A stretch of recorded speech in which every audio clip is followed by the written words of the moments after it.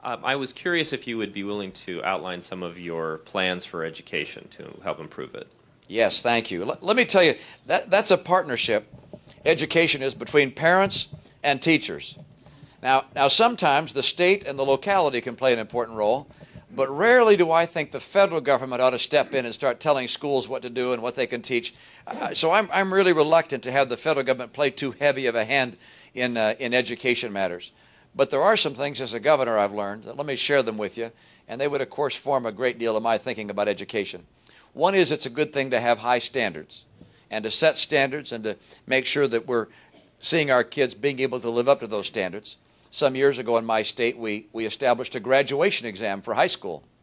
To graduate from high school, you've got to do well in English and math on this exam, and we added science before I left office.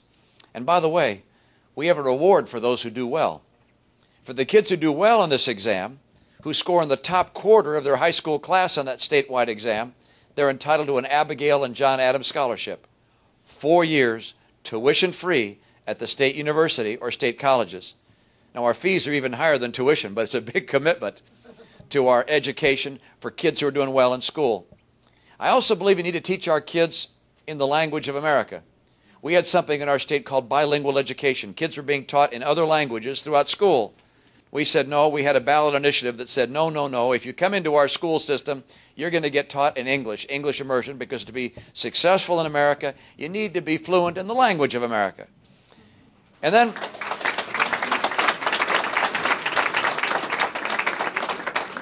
we fought for school choice.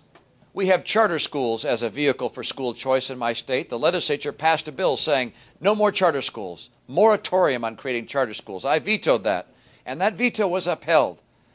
Good Democrats, along with good Republicans, said, no, we're not going to stop charter schools. We like more school choice. Now, I believe there are a couple other things I'd love to do if I could. One is I'd like to pay better teachers better pay. I think good teachers are underpaid. I'd like to have a performance system that lets us know which teachers are doing the best and those get better compensation. I propose in my state that teachers who can teach advanced placement get a $5,000 bonus from the state. Teachers who could teach math and science because we had a shortage, they get a $5,000 bonus. And teachers who are judged to be among the top third in their school, they get another $5,000 bonus. And I want to make sure that we reward the very best and the very most capable of our teachers. And it's paid dividends. Before I left, there was the application of the nationwide exam. There's something called the NAEP exam.